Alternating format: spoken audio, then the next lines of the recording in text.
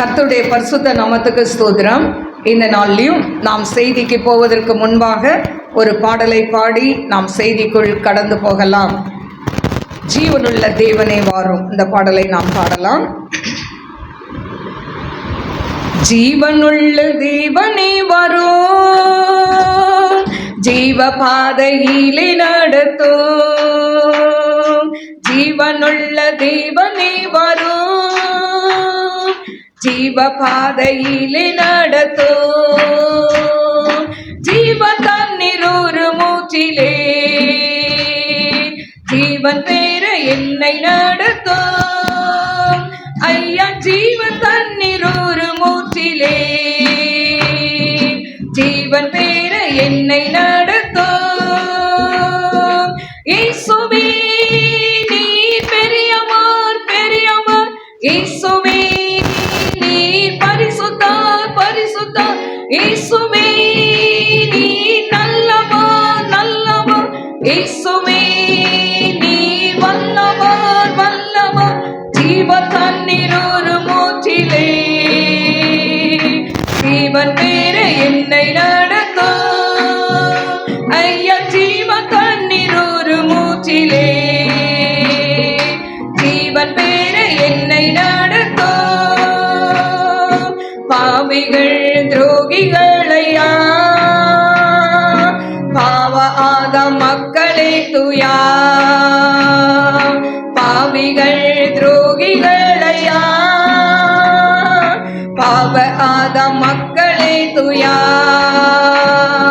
பாதகரை பாவம் போக்கவே பாதகன் தொங்கி நீரல்லோ. பாதகரை பாவம் போக்கவே பாதகன் தொங்கி நீரல்லோ. சொல்வமாம், இயேசுவே நீ பெரியவர் பெரியவர், இயேசுவே நீ பரிசுத்தர் பரிசுத்தர், இயேசுவே இயேசுவே நீ வல்லவர். ஐந்து கண்ட மக்களுக்காக ஐந்து காயமேற்ற நேசரே, ஐந்து கண்ட மக்களுக்காக ஐந்து காயமேற்ற நேசரே. நொந்துருகி வந்த மக்கள் மேல் நேச ஆவி வீச செய்குவே. ஐயா, நொந்துருகி வந்த மக்கள் மேல் நேச ஆவி வீச செய்குவே. இயேசுவே நீ பெரியவர் பெரியவர், இயேசுவே நீ பரிசுத்தர் பரிசுத்தர், இயேசுவே இயேசுவே நீ வல்லவர் வல்லவர். வாக்கு தத்தம் செய்த கர்த்தரே, வாக்கு மாற உண்மை நாதரே. வாக்கு தத்தம் செய்த கர்த்தரே, வாக்கு மாற உண்மை நாதரே. வாக்கை நம்பி வந்து நிற்கிறோம், வல்ல ஆவி மாறி ஊற்றுமே. ஐயா, வாக்கை நம்பி வந்து நிற்கிறோம், வல்ல ஆவி மாறி ஊற்றுமே. இயேசுவே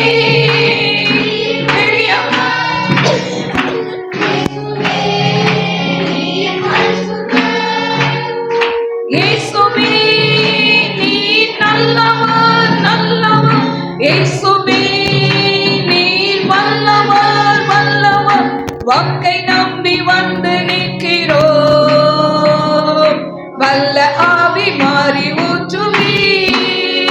உங்கள் வாக்கை நம்பி வந்து நிற்கிறோம், வல்ல ஆவி மாறி ஊற்றுமே. நியாய தீர்ப்பின் நாள் நெருங்குதே மல்லாய், நேசர் வர காலமாகுதே. நியாய தீர்ப்பின் நாள் நெருங்குதே,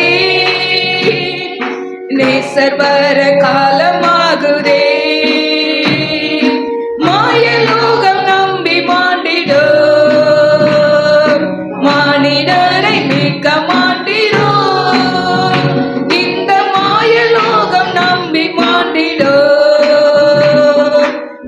மானிடரை மீட்க மாட்டீரோ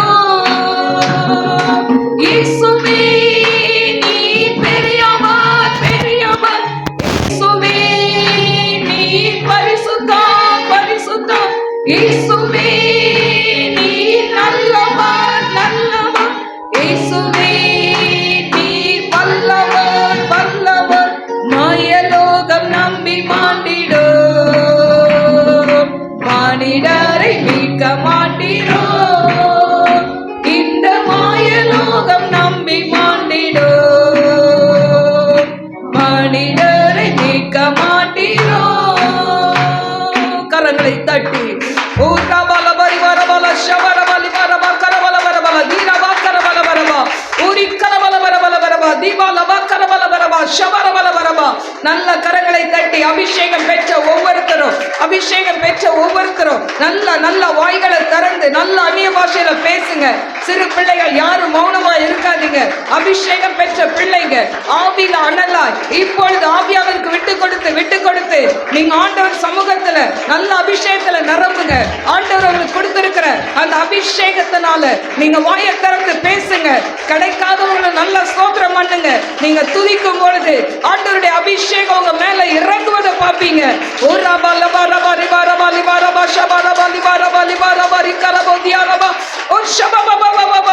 Fill my Lord, I come shall behold and I karabodiyanama karaba. ஆண்டவரே உமக்கு நன்றி அப்பா. கடந்த மாதம் முழுவதும் 11 மாதங்கள் எங்களை கண்ணின் மணி போல காத்து இந்த டிசம்பர் மாதம் முதல் வாரத்துல கொண்டு வந்தீங்களே உமக்கு நன்றி ஆண்டவரே. நீங்க செய்த எல்லா நன்மைகளுக்காய் கோடி கோடி ஸ்தோத்திரங்களை ஏறெடுக்கிறேன் ஆண்டவரே. அப்பா உம நன்றியோடு ஸ்துதிக்கிற ஸ்தோத்திரிக்கிற மகிமையின் தேவனே உமக்கு ஸ்தோத்திரம் ஆண்டவரே. அப்பா நீங்க எங்க வாழ்க்கையில செய்த எண்ணிலடங்கா நன்மைகளுக்காய் கோடி கோடி ஸ்தோத்திரங்களை ஏறெடுக்கிறோம் ஆண்டவரே.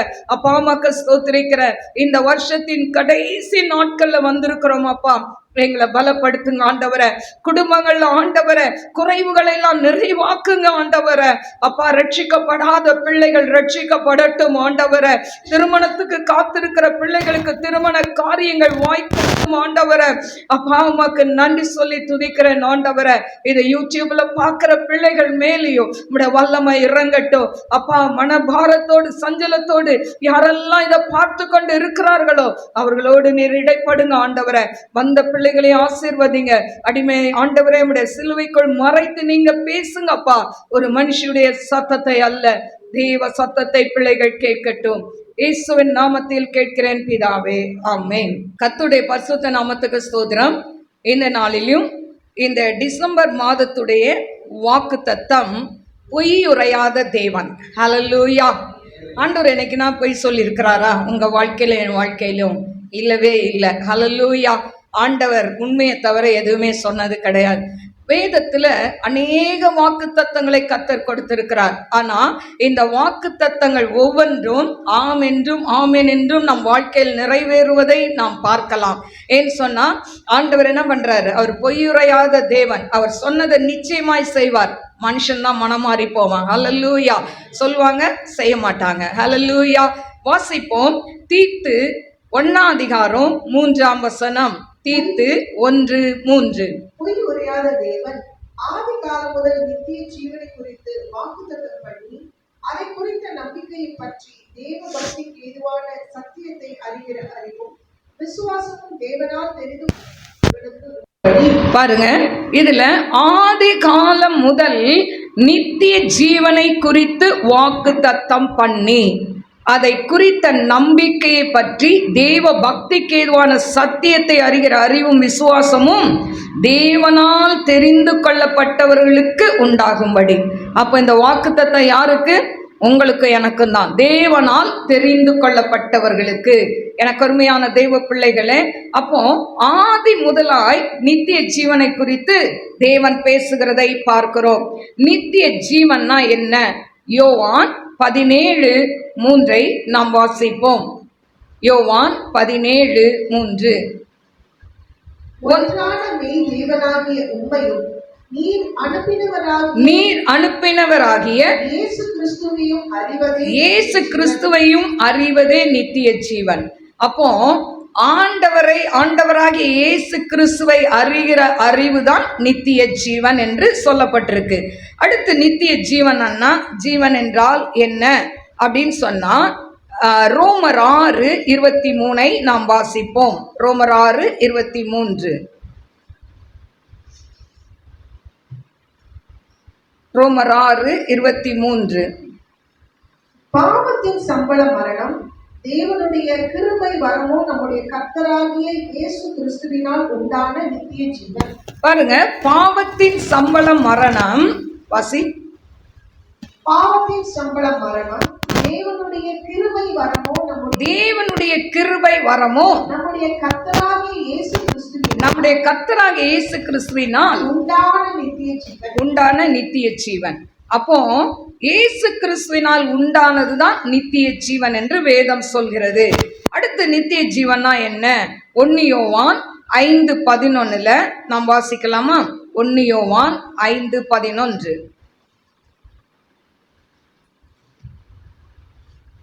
தேவன் நமக்கு நித்திய ஜீவனை தந்திருக்கிறார். தேவன் நமக்கு நித்திய ஜீவனை தந்திருக்கிறார். அந்த ஜீவன் அவருடைய குமாரனில் இருக்கிறது என்பதே, அந்த ஜீவன் அவருடைய குமாரனில் இருக்கிறது என்பதே அந்த சாட்சியாம். அப்போ நம்ம இந்த வசனங்கள் எல்லாம் பார்க்கும்போது நித்திய ஜீவன்னா ஆண்டவராகிய இயேசு கிறிஸ்துவை குறிக்கிறதை நாம் பார்க்கலாம். எனக்கு அருமையான தேவ பிள்ளைகளே, இன்னைக்கு யாருக்கு நித்திய ஜீவன் உண்டு என்று சொல்லி நாம் பார்ப்போம் என்று சொன்னால் மத்தேயு 18:8 யாருக்கு நித்திய ஜீவன் உண்டு அப்படின்னு சொல்லி நம்ம பார்க்கலாம். உன் கையாவது உன் காலாவது உனக்கு இடரல் உண்டாக்கினார், தரித்து எரிந்து போடு. நீ 2 கை உடையவனாய் அல்லது 2 கால் உடையவனாய் நித்திய அக்கினியிலே தள்ளப்படுவதை பார்க்கிலும் சப்பானியாய் அல்லது ஊனனாய் நித்திய ஜீவனுக்குள் பிரவேசிப்பது உனக்கு நலமாயிருக்கும். எனக்கு அருமையான தெய்வ பிள்ளைகளே, 2 கை 2 கால் எல்லாத்தையும் வச்சுக்கிட்டு பாவத்தெல்லாம் செஞ்சா எங்க போக முடியாதாம்? நித்திய ஜீவனை அடைய முடியாது என்று சொல்லப்பட்டிருக்கு. ஆனா 9வது வசனத்துல உன் கண் உனக்கு இடரல் உண்டாக்கினால் அதை பிடுங்கி எரிந்து போடு. அப்போ கண் எப்போ இடரல் உண்டாக்கும்? எனக்கு அருமையான தெய்வ பிள்ளைகளே, மத்தேயு 5:28 சொல்லப்பட்டிருக்கு, ஒரு பெண்ணை இச்சையோடு பார்க்கிற எவனும் விபச்சாரம் செய்தாயிற்று அப்படின்னு சொல்லி. அப்போ கண்ணால இச்சையோடு நம்ம யாரையாவது பார்த்தா அது விபச்சார பாவம் என்று சொல்லப்பட்டிருக்கு. அப்போ கண் இடரல் உண்டாக்கினா அதை பிடுங்கி எரிந்து போடுன்னு ஆண்டவர் சொல்றார். 2 கண்ணுடையவனாய் எரி நரகத்தில் தள்ளப்படுவதை பார்க்கிலும் ஒற்றை கண்ணனாய் ஜீவனுக்குள் பிரவேசிப்பது உனக்கு நலமாயிருக்கும். அப்போ ஒரு கண்ணை வச்சுட்டு எங்க போகலாம்? ஜீவனுக்குள்ள போயிடலாம். அப்படின்னா என்ன அர்த்தம்? இந்த உலகத்துல நாம் பாவம் செய்யாமல் இருந்தால் நமக்கு என்ன உண்டு? நித்திய ஜீவன் உண்டு என்று ஆண்டவர் சொல்கிறதை நாம் பார்க்கிறோம். எனக்கு அருமையான தெய்வ பிள்ளைகளே, அதே போல பார்த்தீங்கன்னா யோவான் 6:47 என்னிடத்தில் விசுவாசமா இருக்கிறவனுக்கு நித்திய ஜீவன் உண்டென்று மெய்யாகவே உங்களுக்கு சொல்கிறேன். அப்போ ஆண்டவரிடத்துல விசுவாசமா இருக்கிறவர்களுக்கு என்ன உண்டா? நித்திய ஜீவன் உண்டு.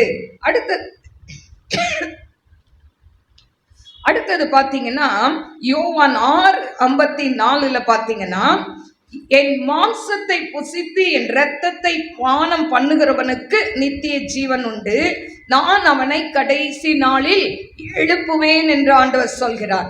அப்போ நம்ம இந்த திருவிருந்துல அவர் மாம்சத்தை புசித்து அவர் இரத்தத்தை பானம் பண்ணும் பொழுது நமக்கு என்ன உண்டு? நித்திய ஜீவன் உண்டு. அதனால தான் நம்ம என்ன பண்றோம்? இந்த கம்யூனியன்ல நம்ம பங்கு கொள்கிறோம். இந்த கம்யூனியன்ல பங்கு கொள்வது நிமித்தம் நித்திய ஜீவன்ல நமக்கு என்ன உண்டா? பங்கு உண்டு என்று சொல்லப்பட்டிருக்கிறது. அடுத்தது ரோமர் 2:7 பாருங்க, சோர்ந்து போகாமல் நற்கிரியை நல்ல காரியங்களை செய்யறவங்களுக்கு மகிமை கனம் அழியாமை இதெல்லாம் என்ன தேடுறவங்களுக்கு என்ன உண்டா? நித்திய ஜீவன் உண்டு என்று சொல்லப்பட்டிருக்கு. ரோமர் 6:22 பாவத்தை விட்டு பரிசுத்தமாய் வாழ்கிறவர்களுக்கு நித்திய ஜீவன் உண்டு. அப்போ பாவத்தோட நம்ம எங்க போக முடியாது? நித்திய ஜீவனுக்குள்ள போக முடியாது. எனக்கு அருமையான தெய்வ பிள்ளைகளே, அப்போ நித்திய ஜீவனை பெறணும்னா நம்ம என்ன செய்யணும்? இப்போ முதலாவது இதுல வசனம் என்ன சொல்லியிருக்கு? பொய்யுரையாத தேவன், அதாவது பொய்யுரையாத தேவன் ஆதி முதல் நித்திய ஜீவனை குறித்து வாக்குத்தத்தம் பண்ணி, அப்ப ஆண்டவர் பொய்யுரையாத தேவன் அவர் என்ன பண்றாரு? ஆதியிலே சொல்லி இருக்கிறாரு நித்திய ஜீவனை குறித்து, ஆண்டவராக நித்திய ஜீவனை பெற்றுக்கொள்ள முடியும்னு சொல்லி. அப்போ இதுக்கு ஆதாரமாய் எங்க இருக்கு வசனம் அப்படின்னு சொன்னா, யோவான் 3:16 தேவன் தம்முடைய ஒரே பேரான குமாரனை விசுவாசிக்கிறவன் எவனோ அவன் கெட்டு போகாமல் நித்திய ஜீவனை அடையும்படிக்கு அவரை தந்தருளி இவ்வளவாய் உலகத்தில் அன்பு கூர்ந்தார். அப்போ ஆண்டவரா தேவன் என்ன பண்ணாரு? தன் குமாரனை, தன் சொந்த குமாரனை இந்த பூமிக்கு அனுப்பினார். ஆனா எதுக்காக அனுப்பினார்? நித்திய ஜீவனை அடையும்படிக்கு. ஹல்லேலூயா. அப்போ அவர் பொய்யுரையாத தேவன் ஆதியில சொன்னதை ஆண்டவர் என்ன பண்றாரு? புதிய ஏற்பாட்டு காலத்துல நமக்கு கல்வாரி சிலுவையில அதை நிறைவேற்றி இருக்கிறார். எனக்கு அருமையான தேவ பிள்ளைகளே, அதே போல ஏன், அதாவது ஏசப்பா இந்த குமாரனை, அதாவது தேவன் ஏன் ஆண்டவராக இயேசு கிறிஸ்துவை பூமிக்கு கொடுத்தாருன்னு சொன்னா, யோவான் 3:14 வாசிப்போமா? யோவான் சர்ப்பமானது மோசேயினால் வனாந்திரத்திலே உயர்த்தப்பட்டது போல மனுஷகுமாரனும் தன்னை விசுவாசிக்கிறவன் எவனோ அவன் கெட்டு போகாமல் நித்திய ஜீவனை அடையும்படிக்கு உயர்த்தப்பட வேண்டும். பாருங்க, சர்ப்பமானது மோசேயினால உயர்த்தப்பட்டதாம் வனாந்திரத்துல. அதே போல புதிய ஏற்பாட்டு காலத்துல ஆண்டவராகிய இயேசு கிறிஸ்து சிலுவையில் உயர்த்தப்பட வேண்டும் என்று அந்த நியமத்தினால் ஆண்டவர் என்ன பண்றார்? தேவன் அதாவது குமாரனாகிய இயேசு கிறிஸ்துவ இந்த உலகத்துக்கு அனுப்புறாரு. சரி, இப்போ மோசே பழைய ஏற்பாட்டு காலத்துல மோசே ஏன் சர்ப்பத்தை தூக்கி வைத்து இதை பார்க்கிறவங்க பிழைப்பார்கள் என்று ஏன் சொன்னா அப்படின்னா, என்னாகமம் 21:9 வாசிப்போமா? என்னாகமம் 21:9. அப்படியே மோசே ஒரு வெண்கல சர்ப்பத்தை உண்டாக்கி அதை ஒரு கம்பத்தின் மேல் தூக்கி வைத்தான். சர்ப்பம் ஒருவனை கடித்தபோது அவன் அந்த வெண்கல சர்ப்பத்தை நோக்கி பார்த்து பிழைப்பான். எனக்கு அருமையான தேவ பிள்ளைகளே, இந்த வெண்கல சர்ப்பத்தை ஏன் நோக்கி பார்த்தாங்க அப்படின்னு சொன்னா, என்னாகமம் 21:5-6 அவங்க முறுமுறுக்கிறாங்க. வாசிப்போமா? 5ஆம் வசனம். ஜனங்கள் தேவனுக்கும் மோசேக்கும் விரோதமாக பேசி நாங்கள் வனாந்திரத்திலே சாகும்படி நீங்கள் என்னை எகிப்து தேசத்திலிருந்து வரப்பண்ணினது என்ன? இங்கே அப்பமும் இல்லை தண்ணீரும் இல்லை. இந்த அற்பமான உணவு மனதுக்கு வெறுப்பாய் இருக்கிறது. பாருங்க, ஆண்டவர் ஜனங்களை இஸ்ரவேல் ஜனங்களை எகிப்தின் அடிமைத்தனத்திலிருந்து கொண்டு வராரு. ஆனா வனாந்திரத்துல என்ன பண்றாங்க? முறுமுறுக்கிறாங்க. தண்ணியும் இல்லை, எங்களுக்கு ஒண்ணுமே இல்லை, எங்களுக்கு அப்பம் இல்லை, இந்த மண்ணா எங்களுக்கு என்ன பண்ணுது? திகட்டி போகுது. இப்படி முறுமுறுத்தவங்களை எல்லாம் என்ன பண்ணிச்சான்?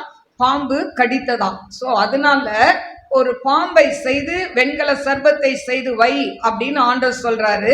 அதனால வெண்கல சர்ப்பத்தை வைத்தான். அதை நோக்கி பார்த்தவங்க பிழைப்பாங்கன்னு சொல்லி பழைய ஏற்பாட்டு காலத்துல அதுல அவங்களை இஸ்ரவேல் ஜனங்களை வழி நடத்தினாங்க. ஆனா புதிய ஏற்பாட்டு காலத்துல சர்ப்பத்தை நோக்கி பார்த்தா பிழைக்க முடியாது. ஆண்டவராக இயேசு கிறிஸ்துவை நோக்கி பார்த்தாதான் பிழைக்க முடியும். ஹல்லேலூயா. அதனால ஆண்டவர் என்ன பண்ணாரு? இந்த உலகத்துல தன்னுடைய குமாரனை நித்திய ஜீவனை அடையும்படிக்கு தன் குமாரனை தந்தார் என்று வேதம் குறிக்கிறதை நாம் பார்க்கிறோம்.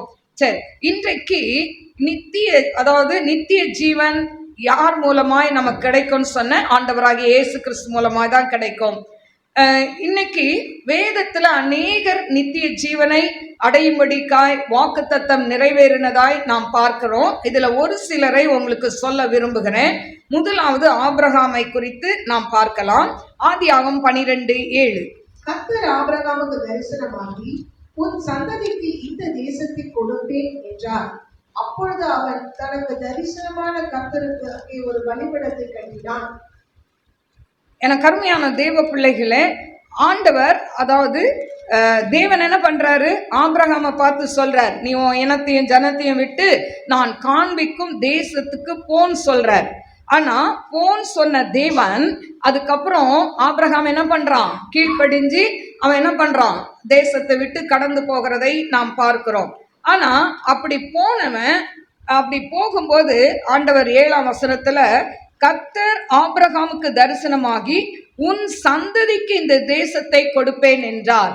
அப்பொழுது அவன் தனக்கு தரிசனமான கர்த்தருக்கு அங்கே ஒரு பலிபீடத்தை கட்டினான். எனக்கு அருமையான தேவ பிள்ளைகளே, பாருங்க, ஆண்டவர் ஆபிரகாம்ல என்ன சொல்றாரு, ஆபிரகாம் கொடுத்த அந்த வாக்கு தத்தத்தை நிறைவேற்றினாரா அப்படின்னு சொல்லி பார்ப்போம் என்று சொன்னால், நிச்சயமாய் தேவன் என்ன பண்ணியிருக்கிறாரு, ஆபிரகாம் கொடுத்த வாக்கு தத்தத்தை நிறைவேற்றி இருக்கிறார். ஏன்னு சொன்னா, உன் சந்ததிக்கு இந்த தேசத்தை கொடுப்பேன், ஆனா உனக்கு கொடுப்பேன்னு சொல்லல, உன் சந்ததிக்கு கொடுப்பேன்றார். ஆபிரகாமுக்கு பிறகு பார்த்தீங்கன்னா ஈசாக்கு, யாக்கோபுடைய சந்ததிகள்லாம் வந்தாங்க. இந்த யாக்கோபுடைய 12 பிள்ளைகள், 12 கோத்திரம், இவைகள்லாம் என்ன பண்றாங்க, இவர்களை யோசுவா வழி நடத்தி கொண்டே போறான். முதல் மோசே வழி நடத்தினா, மோசே மரித்த பிறகு யோசுவா வழி நடத்துறான். இப்போ யோசுவா வழி நடத்தி கடந்து போகும்போது இவங்க எங்க போறாங்க, கானானுக்குள்ள யோசுவா கொண்டு சேர்க்கிறதை நாம் பார்க்கிறோம். எனக்கு அருமையான தேவ பிள்ளைகளே, யோசுவா 18:10 அது சொல்லப்பட்டிருக்கு, அவன் கானானை பங்கிட்டு கொடுத்தான் என்று சொல்லப்பட்டிருக்கு. அப்போ ஆபிரகாமுக்கு கொடுத்த தேவன் வாக்கு பண்ணினதை அவர் என்ன பண்றாரு, நிறைவேற்றுகிறவராய் இருக்கிறார். அதான் சொன்ன தேவன் பொய்யுரையாத தேவன். என்னாகமம் 23:19 சொல்லப்பட்டிருக்கு, பொய் சொல்ல தேவன் ஒரு மனிதன் அல்ல, மனமாற ஒரு மனு புத்திரனும் அல்ல, அவர் சொல்லியும் செய்யாதிருப்பாரா. எனக்கு அருமையான தேவ பிள்ளைகளே, இந்த ஆண்டு முழுவதும் நமக்கு அநேக வாக்கு தத்தங்கள் கொடுக்கப்பட்டிருக்கும். அநேக வாக்கு தத்தங்கள் தீர்க்க தரிசனமாய் தேவன் கொடுத்திருப்பார். ஆனா தீர்க்க தரிசனம் எப்ப நிறைவேறும்னா, நாம் வசனத்தை, அந்த தீர்க்க தரிசனத்தை நம்பி ஜெபிக்கும் பொழுதுதான் நிறைவேறும். ஏதோ சொல்றாங்க கேட்டு இந்த காதுல வாங்கி அந்த காதுல விட்டுட்டு போனா அந்த தீர்க்க தரிசனம் நிறைவேறாது. எனக்கு அருமையான தேவ பிள்ளைகளே, அவர் சொல்லியும் செய்யாதிருப்பாரா, அவர் வசனத்தும் நிறைவேற்றாதிருப்பாரா. அப்போ உங்களுக்கு சொல்ற ஒவ்வொரு வார்த்தைகளும், இன்னைக்கு பிரதர்ஸ் நிறைய பேரை பார்த்து சொல்லுவேன், உங்களை ஊழியக்காரரை எடுத்து பயன்படுத்த போறார் பிரதர்னா, அவங்க என்ன பண்ணுவாங்க, ஒரு நம்பி சிரிச்சுட்டு போயிடுவாங்க. ஏன்னா நான் சொல்ற சூழ்நிலையில அவங்க இன்னைக்கு இல்லை, ஆனா அம்மாக்கு வேற வேலை இல்லை, இப்படிதான் சொல்லுவாங்கன்னு போற நிறைய இருக்கிறாங்க, பிரதர்ஸ் இருக்கிறாங்க. ஆனா ஒரு நாள் வரும், எழும்பி நிற்கும் போது அப்போ யோசிப்பாங்க, ஆண்டவர் என்னைக்கோ என்னை தெரிஞ்சு யோசிப்பாங்க. எனக்கு அருமையான தேவ பிள்ளைகளே, உங்களுக்கு வருகிற அந்த தீர்க்க தரிசனத்தை நாம உள்ளடக்கி செவி, அதுதான் மெயின். ஆண்டவரே, நீங்க இப்படி சொல்லி இருக்கிறீங்களே, என்னை எடுத்து பயன்படுத்துங்கப்பா. என்னை கட்டுள்ள பிள்ளைகளுக்கு, பிசாசின் கட்டுல இருக்கிறவர்களுக்கு ஆண்டவரே நான் ஜெபிக்கணும், எனக்கு அந்த கிருபையை கொடுங்க. ஹல்லேலூயா. அப்படி நீங்க கேட்டீங்கன்னா ஆண்டவர் நிச்சயமாய் தருவார். அந்த ஃபாஸ்டிங் ப்ரேயர்ல உலகப்புறமா என்னெல்லாம் கேட்குறீங்களோ, நகை வேணும், வீடு வேணும், அது வேணும், விட்டுருங்க. ஆவிக்குரிய வாழ்க்கையில என்ன வேணும்னு கேளுங்க. ஆண்டவர் அதை கேட்டீங்கன்னா இதெல்லாம் கூட கொடுப்பார், ரெட்டிப்பாய் கொடுப்பார். ஹல்லேலூயா. சரி, அடுத்தது பார்த்தீங்கன்னா 2வது வாக்குத்தத்தம் நிறைவேறின ஒரு காரியம் என்னன்னா, சங்கீதம் 126:5 கண்ணீரோடு விதைக்கிறவர்கள் கம்பீரத்தோடு அறுப்பார்கள். இந்த வசனம் யாருடைய வாழ்க்கையில நிறைவேறிச்சு அப்படின்னு சொன்னா நீங்க கண்டுபிடிச்சு சொல்லிடுவீங்க. சொல்லுங்க பாப்போம். கண்ணீரோடு விதைக்கிறவர்கள் கம்பீரத்து. வெரி குட் அண்ணா. ஹல்லேலூயா. பாருங்க, தேறிட்டாங்க பிள்ளைங்க, வாலிப பிள்ளைங்கெல்லாம். சரி, இதுக்கு பார்த்தீங்கன்னா 1 சாமுவேல் 1:15 வாசிப்போமா? அதற்கு அண்ணா பிரயுத்தரமாக, அப்படியல்ல என் ஆண்டவனே, நான் மன கிளேசம் உள்ள ஸ்திரீ, நான் திராட்சை ரசமாகிலும் மதுவாகிலும் குடிக்கவில்லை. நான் கர்த்தருடைய சன்னதியில் என் இருதயத்தை ஊற்றி விட்டேன். பாருங்க, அண்ணாள் சொல்றா, நான் கர்த்தருடைய சந்நிதியில நான் என்ன பண்ணிட்டேன், என் இருதயத்தை ஊற்றி விட்டேன். அப்ப எவ்வளோ தூரம் அழுகுறாள்ல. பாவியான ஸ்ரீ ஆண்டவர்கிட்ட வரும்போது அவர்கிட்ட ஏதாவது பேசினாளா? பேசவே இல்லை.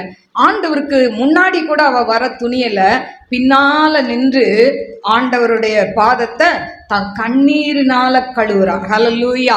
அதே போல இந்த இடத்துல இந்த அண்ணாள் என்ன பண்றா, நல்ல கணவன் தான், நல்ல பாசமுள்ள கணவன். ஹல்லேலூயா. இன்னைக்கு பாசமே இல்லாத கணவன் இருக்கிறாங்க, ஆனா அண்ணாளுக்கு நல்ல கணவன் தான். அப்போ நீங்க கேட்கலாம் ஒரு எனக்கு அருமையான தெய்வ பிள்ளைகளே, அப்போ கண்ணீரோடு விதைக்கிறா. என்ன விதைக்கிறா? ஆண்டவரே, எனக்கு ஒரு ஆண் குழந்தைய கொடுத்தா நான் உயிரோடு இருக்கிற நாளளவும் அவனை உமக்கே கொடுத்துருவேன்னு ஒரு பொருத்தனை பண்றான். இந்த பொருத்தனையின் ஜெபம் பாருங்க, இன்னைக்கு நம்ம வாழ்க்கையில கூட ஜெபம் செய்யாததை உபவாசம் செய்யும், உபவாசம் செய்யாததை பொருத்தனை செய்யும். ஹல்லேலூயா. நான்லாம் பார்த்தீங்கன்னா இஷ்டத்துக்கு பொருத்தனை தான், எனக்குள்ளதான் பொருத்தனை பண்ணிக்குவேன். இல்லை ஆண்டவரே 100 ரூபா 1000 ரூபா போடுவேன், அதெல்லாம் கிடையாது. அந்த பணம் ஆண்டவர்கிட்ட இருக்குது. அவரே ஐஸ்வர்ய சம்பனர், அவருக்கு எதுக்கு 100 ரூபாய் 1000 ரூபாயும்? நம்மளை நாமளே ஒடுக்கிறது தான் என்னது பொருத்தனை. ஹல்லேலூயா. என்னை எடுத்துக்கிட்டா நான் அதாவது ஃபர்ஸ்ட்ல இருந்தே பெண்டிகாஸ்ட் கிடையாது. இன்னைக்கு பார்க்குறேன், நீங்கள் 2010 வரைக்கும் நல்ல ஜுவல்ஸ் போட்டிருந்தேன். ஹல்லேலூயா. என் பையன் 2010 கூர்கான் போயிருந்தான். அவன் திரும்பி வரும்போது என் செயின் என் கழுத்தில் இல்லை. வந்தோடனே திட்டினான், நீங்கள் எதுக்கு அவுத்தீங்க, யாரை கேட்டு அவுத்தீங்க? ஹல்லேலூயா. ஏன்னு சொன்னால் அவனுக்கு செயின் போடணும். ஆனால் நான் என் சரீரத்தில் ஒரு வியாதி இருந்ததுனால ஆப்ரேஷன் பண்ணணும்னு டாக்டருங்க சொன்னாங்க. ஏற்கனவே யூட்ரஸ் ஆப்ரேஷன், அடுத்து ஒரு ஆப்ரேஷன் 2010 பண்ணணும்னு சொல்லும்போது நான் ஆண்டர்கிட்ட கேட்டேன், ஆண்டவரே உங்கள் ஊழியத்தை செய்கிறேன், பைக்கில் ரொம்ப தூரம் போகிறேன். டாக்டர் சொன்னது என்னென்னா, பைக்கிலலாம் போகக்கூடாது, ஜர்க்கிங் ஆகி போகக்கூடாது, ரோடு எங்கன்னா ஜர்க்கிங் ஆகாமல் இருக்குதாங்க, அப்படிலாம் சொன்னாங்க. அப்போ அந்த ஆப்ரேஷன் செய்யணும்னு சொல்லும்போது ஆண்டர்கிட்ட ஒன்று கேட்டேன், யார்கிட்டையும் சொல்லலை, எங்கள் வீட்டுக்கார்ட்டையும் சொல்லலை. ஆண்டவரே, நான் எனக்கு சுகம் கொடுத்தீங்க, ஆப்ரேஷன் இல்லாமல் சுகம் கொடுத்தீங்கன்னா நான் என்ன பண்ணுவேன், இந்த செயின் அவுத்துருவேன். ஹல்லேலூயா. ஆனால் இன்னொன்று கூட அடிஷ்னலாக பண்ணேன், எங்கள் வீட்டுக்காரரு ஓகேனா அவுப்பேன், இல்லைன்னா அவுக்க மாட்டேன். பார்த்தீங்களா, ரெண்டுத்துலேயும் பண்ணிட்டேன். ஏன்னா பொருத்தனை பண்ணிவிட்டு செலுத்தாமல் இருக்கக்கூடாது. ஆனால் கடைசியில் கொஞ்சம் கற்றுனாங்க, ஏன்னா அவங்கெல்லாம் பாரம்பரியமாக ஊர்ன ஆட்கள், அப்படி புழுங்குதுன்னு செயினை அவுத்து வச்சாலே கற்றுவாங்க, அந்த அளவுக்கு சென்டிமேட் பார்க்குற ஆள். ஆனால் நான் சொல்லும்போது முதல் அதுக்கு ஒத்துக்கலை. ஆனாலும் ஆண்டவருடைய நியதி இருந்ததுனால ஆண்டவர் நல்லா என்ன பண்ணிட்டார், எனக்கு ஓகே சொல்ல வச்சார். அது ரொம்ப சந்தோஷமாக அவுத்துட்டேன். ஹல்லேலூயா. ஆனால் முதல்லாம் பைக்கில் போவோம், எங்கே ரொம்ப தூரம் லாங் டிஸ்டன்ஸ், நைட்டில் தனியாக வருவோம் பைக்கில். அப்போல்லாம் நினைப்பேன், இந்த செயினுக்காக எவனாவது கழுத்தை அறுத்துட்டு போயிடக்கூடாதுன்னு. ஆனால் இதை எடுத்த பிறகு ஜாலியாக போனேன், ஏன்னா பயம் இல்லை. ஹல்லேலூயா. நம்மக்கிட்ட ஏதாவது இருந்தால் தானே திருட பயம் வரும். ஹல்லேலூயா. அதனால் ஜாலியாக அப்புறம் பைக்கில் போக ஆரம்பித்தோம் ஊழியத்துக்கு. ஹல்லேலூயா. என கருமையான தெய்வ பிள்ளைகளே, இந்த அண்ணாளுக்கு நல்ல கணவன் தான் எல்கானா. அவங்களுக்கே தெரியும். எல்கானா சொல்கிறான், ஏமா அழுற, ஏமா சாப்பிடாம இருக்கிற, 10 குமாரரை காட்டில் நான் உனக்கு பெரிய ஆள் இல்லையா? நீங்கள் போய் உங்கள் வீட்டுக்காற்ற அழாதீங்க, அவர் மனசு கல்லாயிரும். ஹல்லேலூயா. பார்வோனை போல கல்லாயிரும். ஏன் கல்லாவது? அவர் கல்லு கிடையாது, ஏசப்பா கல்லாக்குறாரு. ஏன் தெரியுமா? ஏமா, நான் தானே உனக்கு உன் புருஷனை கொடுத்தேன், அவர்கிட்ட போய் அழுவுறிய, அவருக்கே நான் கொடுத்தாதான் உனக்கு கொடுப்பாரு. கிறிஸ்மஸுக்கு எத்தனை பேர் பட்டு புடவை கேட்டு அழுவுறீங்கன்னு தெரியாது. ஹல்லேலூயா. அதனால் புடவை கேட்டு அழுவாதீங்க, அதெல்லாம் கிழிஞ்சு போகக்கூடிய காரியம். சரியா? அவர் ரட்சிக்கப்படலைன்னா அதுக்கு அழுவுங்க. என்னத்துக்கு அழுவணும்? ஐயோ, எங்கள் வீட்டுக்காரர் ரட்சிக்கப்படணும், எங்கள் வீட்டுக்காரர் அபிஷேகத்தை பெறணும், அவர் உமக்கென்று எழுமணும், நாங்கள் குடும்பமாக ஊழியர் செய்யணும், அதுக்கு அழுங்க. ஹல்லேலூயா.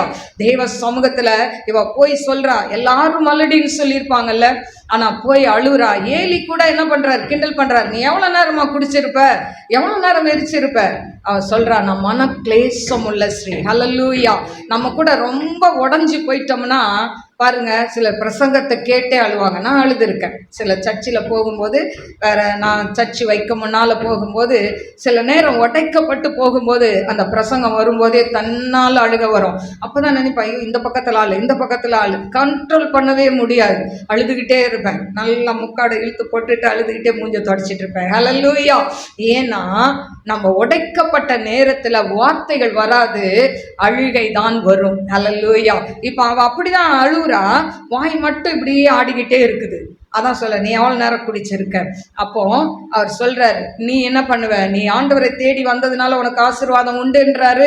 உடனே அவளுக்கு அதுக்கு சில நாட்கள் போய் அவளுக்கு ஒரு ஆண்டவர் கர்ப்பத்தின் கனியை கொடுக்கிறார், சாம்வேலை. ஹல்லேலூயா. இந்த சாம்வேலை சிறு வயதா இருக்கும் போதே அவன் என்ன பண்றான், கொண்டு ஆலயத்துல ஏலி கிட்ட விட்டுறான். ஏலிக்கு சொல்லாத ரகசியத்தை தேவன் யாருக்கு சொல்றாரு, சாமுவேலுக்கு சொல்றார். ஏன், அவன் வாக்குத்தத்தம் பண்ணப்பட்ட மகன், வயிற்றுல இருக்கும் போதே பொருத்தனையில் வளர்ந்த மகன்.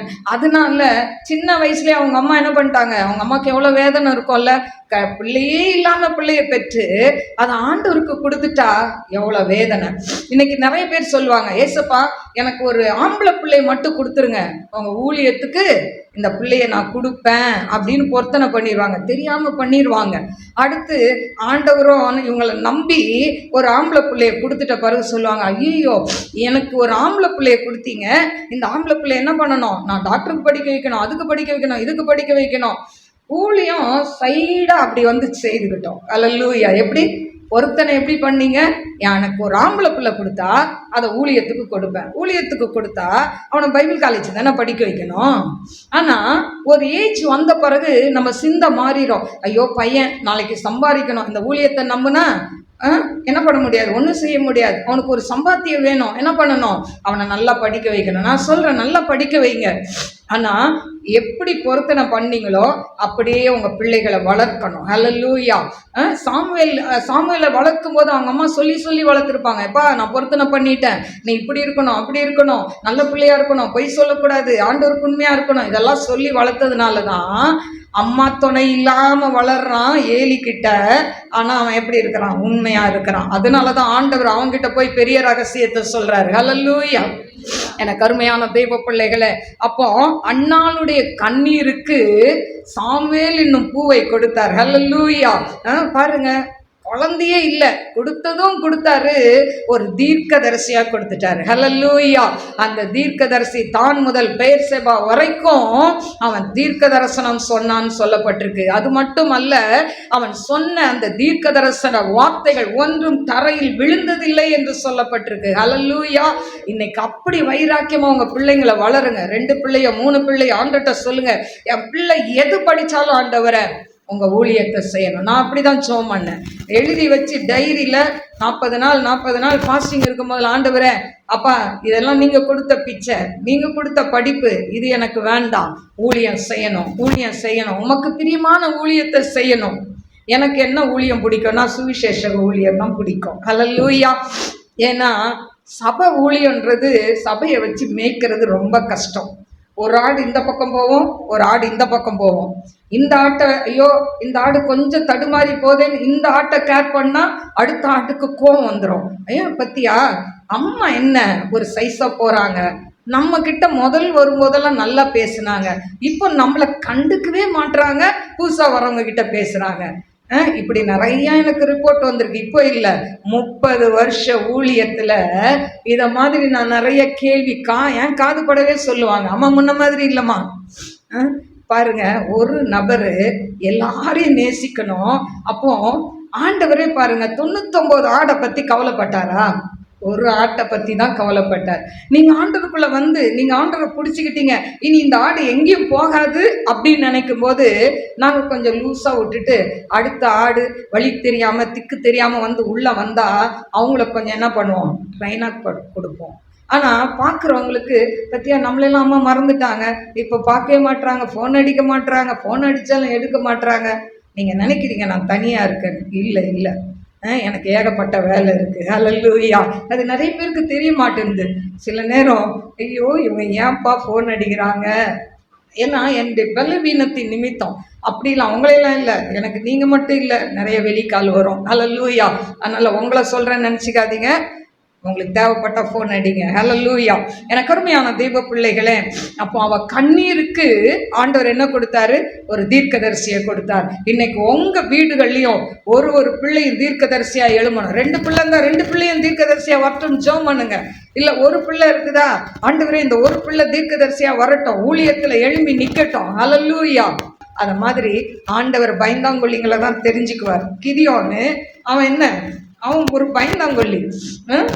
மீதியானியர் வந்துடக்கூடாதுன்னு சொல்லி அந்த ஆலயத்துக்குள்ள இல்லாம அதாவது அந்த அடிக்கிற இடத்துல இல்லாம ஒளிஞ்சுக்கிட்டு போய் பதர் அடிச்சுக்கிட்டு அந்த கோதுமை அடிச்சுக்கிட்டு இருக்கான். ஆனா அவனை பார்த்து பராக்கிரமசாலின்றாரு. ஹல்லேலூயா. அப்போ உங்களை பார்த்து இன்னைக்கு சொல்றாரு, நீங்க பயந்தாங்கொல்லியா இருக்கீங்களா? அப்பா எனக்கெல்லாம் பேச தெரியாது, நான் மந்த வாய், திக்கு நாவு அப்படின்னு சொல்லிட்டு இருக்கீங்களா? உங்களை கொண்டு பெரிய காரியங்களை செய்வார். ஹல்லேலூயா. சரி, அடுத்தது பாத்தீங்கன்னா இன்னொரு நபர் யோசுவா. உபாகம் 3:28 வாசிப்போமா? நீ யோசுவாவுக்கு கட்டளை கொடுத்து அவனை திடப்படுத்தி பலப்படுத்து, அவன் இந்த ஜனங்களுக்கு முன்பாக கடந்து போய் அவனே நீ காணும் தேசத்தை அவர்களுக்கு பங்கிட்டு கொடுப்பான் என்றார். பாருங்க, இந்த இடத்துல மோசைக்கு ஆண்டவர் வாக்கு கொடுக்கிறாரு. என்ன வாக்கு கொடுக்கிறாரு? எப்பா நீ கானானுக்குள்ள போக மாட்ட. ஹல்லேலூயா. பாருங்க, அவன் பெரிய தப்பாங்க செஞ்சான். கண்மலையை பார்த்து பேசுனா அடிச்சிட்டாரு, அவ்வளோதான். அவர் செஞ்ச தப்பே இதுதான். அது அடித்த ஒரு குற்றமா? நம்மனா சண்டை போட்டிருக்கோம்ல ஆண்டவர்கிட்ட. எப்படி ஆண்டவரை இஸ்ரேல் ஜனங்களை நான் எப்படி வழி நடத்திட்டு வந்தேன்? நான் தான் அப்பவுமே சொன்னேனே, நான் மந்த வாய் திக்கு நாவுன்னு சொன்னேன், விட்டுட்டு போக வேண்டியதானே. இவ்வளோ நாள் என்னை ஊழியர் செஞ்சுட்டு இந்த பார்வோன் ராஜாட்ட போய் இப்படியெல்லாம் பேச்சு வாங்கிட்டு இப்போ கானானுக்குள்ளே போக மாட்டேன்னு சொல்கிறீங்களே அப்படின்னு சண்டை போட்டிருக்கோம். ஆனால் மோசே சண்டை போடல. கானானை எட்டியாவது பார்க்கலான்னு பார்த்தா அது கூட முடியல. ஆனால் ஆண்டவர் அவனை எடுத்து அடக்கம் பண்ணினார். ஹல்லேலூயா. அவன் எங்கே அடக்கம் பண்ணார்னே தெரியாது. அந்த அளவுக்கு மகிமையான அந்த இதை ஆண்டவர் மோசேக்கு கொடுத்திருக்கிறார். ஹல்லேலூயா. இப்ப சொல்றாரு, நீ என்ன பண்ணுவ? கானானை பங்கிட்டு கொடுப்ப. இவர் சொன்ன வாக்குத்தத்தை நிறைவேறிச்சா அப்படின்னு கேட்டா இன்னொன்னு சொல்றாரு. யோசுவா 1:9 நான் உனக்கு கட்டளையிடவில்லையா என சொல்றாருல, நீ தான் பங்கிடுவேன்னு சொல்றாரு. திரும்ப சொல்றாரு, நான் உனக்கு கட்டளையிடவில்லையா? பலம் கொண்டு திடமனதாயிரு, திகையாதே, கலங்காதே, நீ போகும் இடமெல்லாம் உன் தேவனாகிய கர்த்தர் உன்னோடே இருக்கிறார். அவனை தைரியப்படுத்துறாரு. முதல் சொல்றாரு, நீ தான்ப்பா கானானை பங்கிடுவ சொல்லிட்டாரு. அடுத்தது சொல்றாரு, அவனை தைரியப்படுத்துறாரு. நான் உனக்கு கட்டளையிட்டனே, நீ ஏன் பயப்படுற அப்படின்னு சொல்லி அவனை தைரியப்படுத்தி அவனை என்ன பண்றாரு? துரிதப்படுத்துறாரு ஊழியத்துல. இப்படி போகும்போது பாத்தீங்கன்னா, இப்போ ஆண்டவர் சொல்லிட்டாரு அப்படின்னு சொல்லி போக முடியுமா? இன்னும் ஒரு சில காரியத்தை நான் சொல்லி முடிக்கிறேன். யோபுடைய வாழ்க்கையில ஆண்டவர் சொன்னார், அவன் உத்தமன், சன்மார்க்கன், தேவனுக்கு பயந்து பொல்லாப்புக்கு விலகுமாகிய அவனை போல ஒருத்தன் இல்லைன்னு சொன்னார்ல. ஆனா தேவனே சாட்சி கொடுத்தார். ஆனா அவன் வாழ்க்கையில வந்ததெல்லாம் பயங்கரமான போராட்டம். ஆனா கடைசியில பாருங்க, இதுக்கு ஒரு வசனத்தை நான் சொல்றேன். சகேரியா 9:12 யாராவது வாசிங்க. மைக்கில் வாசி. சகேரியா 9:12.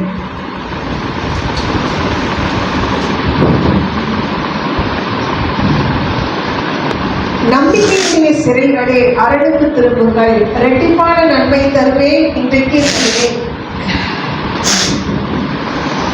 நம்பிக்கையுடைய சிறைகளை அரணுக்கு திரும்புங்கள், ரெட்டிப்பான நன்மை தருவேன், இன்றைக்கே தருவேன். யோபுடைய வாழ்க்கையில எத்தனையோ போராட்டம். ஆனா ஆண்டவர் என்ன பண்ணார்? ரெட்டிப்பான நன்மையை தந்தார். ஹல்லேலூயா. இன்னைக்கு உங்க வாழ்க்கையிலே போராட்டத்தை பார்க்காதீங்க, சூழ்நிலையை பார்க்காதீங்க. உங்களை அழைத்த தேவன் கல்வாரி சிலுவையை நோக்கி ஓடுனீங்கன்னா ஆண்டவர் உங்க வாழ்க்கையில பெரிய காரியங்களை செய்வார். அடுத்தது பாருங்க, டைம் ஆனதுனால நான் சீக்கிரம் முடிச்சிடுறேன். அபிஷேகம். யோவேல் 2:28. அதற்கு பின்பு நான் மாம்சமான யாவர் மேலும் என் ஆவியை ஊற்றுவேன். அப்பொழுது உங்கள் குமாரரும் உங்கள் குமார்த்திகளும் தீர்க்க தரிசனம் சொல்வார்கள். உங்கள் மூப்பர் சொப்பனங்களையும் தரிசனங்களையும் காண்பார்கள். பாருங்க, இது அப்படியே நடக்கும் நம்ம குடும்பத்துல. ஹல்லேலூயா. அப்போ ஆண்டவர் கொடுத்த அந்த வாக்குத்தத்தம், தீர்க்கதரிசி யோவேல் தீர்க்கதரிசி மூலமாய் கொடுத்த வாக்குத்தத்தம் அப்போஸ்தலர் 2ஆம் அதிகாரத்துல நிறைவேறிக்கிறதை நாம் பார்க்கிறோம். அப்போஸ்தலர் 2:17 கடைசி நாட்களில் நான் மாம்சமான யாவர் மேலும் என் ஆவியை ஊற்றுவேன், அப்பொழுது உங்கள் குமாரரும் உங்கள் குமார்த்திகளும் தீர்க்க தரிசனம் சொல்வார்கள், உங்கள் வாலிபர் தரிசனங்களை அடைவார்கள், உங்கள் மூப்பர் சொப்பனங்களை காண்பார்கள். அல்லேலூயா. பாருங்க, உங்க பிள்ளைங்க இன்னைக்கு சொப்பனம் காணுதா, தரிசனம் காணுதா, அதை அல்லல் தட்டாதீங்க. உனக்கு வேற வேலை இல்லை அப்படின்னு சொல்லாதீங்க. ஏன்னு சொன்னா ஆண்டவர் பிள்ளைகளை நேசிக்கிறார், பிள்ளைகள் மூலம் பேசுகிறார், பிள்ளைகள் மூலம் வெளிப்பாட கொடுக்கிறார். ஒருவேளை நீங்க அசதியா இருக்கலாம், சோர்ந்து போயிருக்கலாம், கவலையில இருக்கலாம், அதனால பிள்ளைகளை கொண்டு பேசுறார். அல்லேலூயா. அதனால அதை அசட்டை பண்ணாம அந்த பிள்ளைங்களை என்கரேஜ் பண்ணணும். ஆண்டவர் சத்தத்தை கேள், ஆண்டவர் நைட்டு எழுப்புறாரா, எழுந்து ஜெபம் பண்ணு. அல்லேலூயா. ஏன்னு சொன்னா ஆண்டவர் சில நேரம் நம்மளை தட்டி எழுப்புவார் நைட்டு ஜெபம் பண்றதுக்கு. எதுக்குன்னே தெரியாது. கொஞ்ச நேரம் அப்படியே நீங்க உட்காந்து என்ன பண்ணலாம், ஜெபம் பண்ணிட்டு படுத்தீங்கன்னா அப்போ நமக்கு எதிராக இருக்கிற அழிவுகளை தேவன் தடுத்து நிறுத்துவார். அல்லேலூயா. அடுத்தது ஒரு காரியத்தை நம்ம பார்ப்போம். இயேசு வராருன்னு சொல்லிக்கிட்டே இருக்கிறாங்கல்ல. எனக்கு அருமையான தெய்வ பிள்ளைகளே, என்ன சொல்றேன்னா, நான் சின்னதா இருக்கும் போதே ஆண்டவர் சொன்னாரு. இப்போ எனக்கும் ஒரு 64 வயசு ஆகிப்போச்சு, இன்னும் ஆண்டவர் வரலையே. என்ன நினைப்போம், என்ன இவங்களுக்கெல்லாம் வேலை இல்லை, கிறிஸ்தவங்களுக்கு இதே வேலை தான், ஆண்டவர் வராருன்னு பயங்காட்டி பூச்சாண்டி காமிச்சு இப்படியே தான் பயங்காட்டி வச்சுருப்பாங்க அப்படின்னு நம்ம பிள்ளைங்கள்லாம் என்ன பண்ணுவாங்க, கொஞ்சம் குளிர்ந்துட்டாங்க. நம்ம பயப்படுவோம். நம்ம சந்ததி இருக்குது பார்த்தீங்களா, பயம் கிடையாது. சரி, ஆண்டவர் வரும்போது நாங்கள் பார்த்துக்கிறோம், அவர் எப்போ வர்றாரோ அப்போ பார்த்துக்கிறோம் இப்படின்னு ஜாலியாக இருக்கிறாங்க. ஜெபம் பண்ணுறது கிடையாது, பைபிள் வாசிக்கிறது கிடையாது. கர்த்தருடைய கண்கள் பூமி எங்கும் உலாவி கொண்டு இருக்கு, அவருக்கு மறைவா ஒன்றுமே எங்கே ஓடி ஒழிய முடியாது. அதனால ஏசப்பா வரும்போது பார்க்க முடியாது, ஒரு செகண்ட் கண்ணிமைக்கிற நேரத்தில் பறந்து போயிடுவோம். அந்த நேரம் உட்காந்து ஐயோ ஆண்டவரே என்னை மன்னிங்கன்னா மன்னிக்க மாட்டாரு. அவர் அப்படியே போயிடுவார், அவருடைய பிள்ளைங்களெல்லாம் சேர்த்து கூட்டிட்டு போயிடுவாரு. அப்புறம் அம்மா காலை பிடிச்சிக்கிட்டு மேலே ஏற முடியாது. என் பையன் சின்னது சொன்ன, ஏசப்பா வராரு, ஒழுங்கா மனம் திரும்பிடு, அபிஷேகம் கோயில் இதெல்லாம் சொன்னா நீங்க பறந்தீங்கன்னா நான் உங்க காலை பிடிச்சிக்கிட்ட பின்னால வந்துடுவேன். சின்னதுல அப்படி காலெல்லாம் பிடிச்சிக்கிட்டு வர முடியாது. அல்லேலூயா. ஏன்னா நம்மளை மறுரூபமாக்கி கொண்டு போவார். அப்போ காலெல்லாம் எங்கே போய் பிடிப்பீங்க, தேட கூட முடியாது. அல்லேலூயா. அதனால அம்மா ஜெபம் பண்ணுறாங்க, அப்பா ஜெபம் பண்ணுறாங்க, அதனால அம்மா காலை பிடிச்சிக்கலாம், அப்பா காலை பிடிச்சிட்டு ஓடலாம்னு நினச்சிங்கன்னா குட்டி பசங்க வாலிப பிள்ளைங்களாம் ஏமாந்து போயிடுவீங்க. நீங்கள் ஜெபம் பண்ணாதான் ஆண்டவர் உங்களை என்ன பண்ணுவார், கொண்டு செல்வார். அல்லேலூயா. எனக்கு உண்மையான தெய்வ பிள்ளைகளே, வாசிப்போம் 1 தெசலோனிக்கேயர் 4:13-18. 13 மட்டும் வாசி, 16 வாசி. ஏனெனில் கர்த்தர் தாமே ஆரவாரத்தோடும் பிரதான தூதனுடைய சத்தத்தோடும் தேவ எக்காலத்தோடும் வானத்திலிருந்து இறங்கி வருவார். அப்பொழுது கிறிஸ்துவுக்குள் மரித்தவர்கள் முதலாவது எழுந்திருப்பார்கள். பின்பு உயிரோடு இருக்கும் நாமும் கர்த்தருக்கு எதிர்கொண்டு போக மேகங்கள் மேல் அவர்களோடு கூட ஆகாயத்தில் எடுத்துக்கொள்ளப்பட்டு இவ்விதமாய் எப்பொழுதும் கர்த்தருடனே இருப்போம். பாருங்க, இதுல வாசத்தை கேட்டீங்கல்ல. அப்போ இப்படி ஆண்டவர் வருவாரு, மரித்தவர்கள் முதலாவது வருவாங்க, எழுந்திருப்பாங்கன்னு இருக்கு. யாரு? கிறிஸ்துவுக்குள் மரித்தவர்கள். எல்லாரும் உயிரோட வர முடியாது. அப்ப கிறிஸ்துவுக்குள் மரித்தவர்கள் உயிரோட எழும்பி வருவாங்க. அவங்க வரும் பொழுது உயிரோட இருக்கிற நம்மளை எதிர்கொண்டு போவோம்னு இருக்கு. ஆனா இன்ன வரைக்கும் வரலல்ல. ஆமாம், எப்போ வராரோ வரட்டும், நாங்களே கஷ்டப்படுறோம், படிக்கிறதுக்கு கஷ்டம், காலேஜ் படிக்க கஷ்டம். இன்னைக்கு கஷ்டப்பட்டாதாங்க நாளைக்கு கையில் நோட்டாக எண்ண முடியும். இன்னைக்கு கஷ்டப்படாமல் இருந்தீங்கன்னா நாளைக்கு என்ன பண்ணணும், நம்ம பணத்துக்கு கஷ்டப்படணும். அதனால் அம்மா அப்பா கஷ்டப்பட்டு படிக்க வைக்கிறாங்க. அவங்க நல்லா வசதியாக இருந்து படிக்க வைக்கிறாங்களா? எவ்வளோ கஷ்டப்பட்டு படிக்க வைக்கிறாங்க. படிக்கிறத நீங்கள் என்ன பண்ணணும், பயன்படுத்தி கொள்ளணும். படிக்கிற பிள்ளைங்க உங்களை சொல்லி சொல்லி சொல்லி படிக்கக்கூடாது, சொல்லி சொல்லி ஜெபம் பண்ண சொல்லக்கூடாது. சொல்லாமல் செஞ்சாதான் ஆண்டவருக்கு பிரியம். சொல்லாமல் நீங்கள் படிச்சிங்கன்னா உங்கள் அப்பா அம்மாவுக்கு சந்தோஷம். அல்லேலூயா. என்ன நேரமும் படி படி படி, புக்கை எடு அப்படி சொல்லக்கூடாது. புக்கை எடுத்தது போதும், மூடி வச்சு தூங்குமான்னு சொல்லணும். அல்லேலூயா. என்னைக்காவது அப்படி உங்கள் அம்மா சொல்லியிருக்காங்களா, உங்கள் அப்பா சொல்லியிருக்காரா? சொல்லுங்க. அம்மா நீ படித்தது போதுமா, எவ்வளோ அதிக படிப்பு உடலுக்கு இழைப்பு, படித்து படித்து ஓடா போயிட்டம்மா, தயவுசெய்து நீ படிக்காத, மூடி வைமா அப்படின்னு ஒரு அம்மா யாராவது சொன்னாங்கன்னு சொல்லி கை தூக்குங்க. கட்டாயம் சொல்ல மாட்டாங்க. ஏன்னா நீங்கள் புக்கை எடுத்தாதானே சொல்கிறதுக்கு. அல்லேலூயா. செல்ஃபோனை எடுத்து வச்சு 24 மணி நேரம் தேய்க்கிறீங்களே, அதை வேணால் சொல்லுவாங்க. ஏய் மொபைலை வை வை வை, செல்ஃபோனை பார்க்காத, ஷார்ட்ஸை பார்க்காத, அப்படி வேணால் சொல்லுவாங்க. படிக்காதன்னு சொல்லியிருக்காங்களா? அந்த சத்தத்தை எந்த வீட்லையும் கேட்க முடியாது. படி படி, அறிவு இருக்கா? இவ்வளோ நாள் தானே இருக்குது, படி, தூங்கி தூங்கி எழும்புறிய சொல்லுவாங்கள. நல்லா தான் அந்த பாட்டு தான் கேட்குறீங்க. இந்த பாட்டு மாறணும். நீ படிச்சது போதுமா, ராத்திரி பகலுமா படிச்சு இழைச்சி போயிட்டோமா அப்படின்னு என்னைக்காவது சொன்னா நீங்க சாட்சி முன்னால சொல்லலாம். சரியா? ஓகே, சரி. இப்போ ஆண்டவர் வரல. ஏன் வரலங்க? 2 பேதுரு 3:9. 2 பேதுரு 3:9. தாமதிக்கிறார் என்று சிலர் எண்ணுகிறபடி கர்த்தர் தமது வாக்குத்தத்தத்தை குறித்து தாமதமாயிராமல் ஒருவரும் கெட்டு போகாமல் எல்லாரும் மனம் திரும்ப வேண்டும் என்று விரும்பி நம்மேல் நீடிய பொறுமை உள்ளவராயிருக்கிறார். எதுக்குங்க வரல இன்னும்? நம்ம பிள்ளைங்க இன்னும் ரட்சிக்கப்படலையே, நம்ம வீட்டுக்காரர் இன்னும் ரட்சிக்கப்படலையே. ரகசிய வருகை வந்தா நம்ம தானே பறந்து போவோம், நம்ம பிள்ளைங்க வராது. கண்ணே மணியே முத்தே அப்படிலாம் சொல்லி சொல்லி கொஞ்சி சின்னதுல ஏய் நல்லா பார், அதை பார், இதை பார். இப்போ ஜெனரேஷன் சொல்லுவாங்க, ஏய் யூடியூப்ல இதை பார், அதை பார், டான்ஸை பார், இவன் டான்ஸை பார். ஏதோ ஒன்று கொஞ்சி வளர்த்தீங்களே, இந்த செல்லங்கள் எங்க வரணும்? பரலோக ராஜ்யத்துக்கு, நித்திய ஜீவனுக்கு வரணும்ல. அப்ப என்ன பண்ணணும்? பிள்ளைங்களை எதுக்கு கண்டிக்கிறீங்களோ இல்லையோ, காலையில ஜெபம் பண்ணலன்னா சாப்பாடு, காலைல டிஃபன் கட்டு, பைபிள் வாசிக்கலைன்னா மத்தியானம் லஞ்ச் கட் பண்ணுங்க. இருதயத்தை கல்லாம் மாற்றிக்கோங்க. நீங்கள் செஞ்சீங்கன்னா அடுத்த நாள், ஐயோ நம்ம ஜெபம் பண்ணலன்னா அம்மா என்ன பண்ண மாட்டா, டிஃபன் கொடுக்க மாட்டாளே, காலைல வயிறு கிள்ளுதே அப்படின்னாவது முட்டி போடுவாங்க. இந்த அம்மாங்களை தான் நான் சொல்லுவேன், சரியில்லை. ஹல்லேலூயா. ஜெபம் பண்ணியா, டிஃபனுமா, பசிக்குதுமா அப்படின்னு வந்து நின்னா, ஏய் ஜெபம் பண்ணியா, இல்லை போ, முதல் போ, ஜெபம் பண்ணாமல் இந்த பக்கம் வந்துடாத அப்படின்னு ஒரு கட்டை எடுத்து வச்சுக்கோங்க. ஒரு நாள் ஒரு அடி கொடுங்க, அப்புறம் கிச்சன் பக்கமே பசங்க வராதுமா, நான் ஜெபம் பண்ணிட்டோமா, சாப்பாடு வை, அப்படி கேட்கணும். அல்லேலூயா. அப்போ எனக்கு அருமையான தெய்வ பிள்ளைகளை, நாம் எல்லாரும் ஆண்டவருடைய வருகையில பறந்து போகணும், ரகசிய வருகையில. அதனால ஜெபத்தோடு பிள்ளைங்களை வளங்க. குடும்பத்தில் இன்னும் யாரெல்லாம் ரட்சிக்கப்படலையோ அவங்களுக்காக தொடர்ந்து ஜெபம் பண்ணுங்க. கர்த்தர் உங்களை ஆசீர்வதிப்பார். எல்லாரும் ரட்சிக்கப்பட வேண்டும் என்று தான் இயேசு தாமதிக்கிறார். பாருங்க, 84 நான் ரட்சிக்கப்பட்டேன். ஒருவேளை 83 ஆண்டவர் வந்திருந்தா நான் என்ன பண்ணியிருப்பேன்? அந்த பூமியில தான் இருந்திருக்கணும். அல்லேலூயா. அதே மாதிரி நீங்களும் தான். அந்த வருஷத்துக்கு முன்னாடி இயேசுப்பா எடுத்திருந்தா நம்மளாம் எங்கே போயிருந்துருக்கணும்? இப்போ பூமியில் இருந்திருக்கணும். அதனால தான் ஆண்டவர் தாமதிக்கிறார். ஆனால் சீக்கிரம் இயேசு வரப்போகிறார். ஹல்லேலூயா.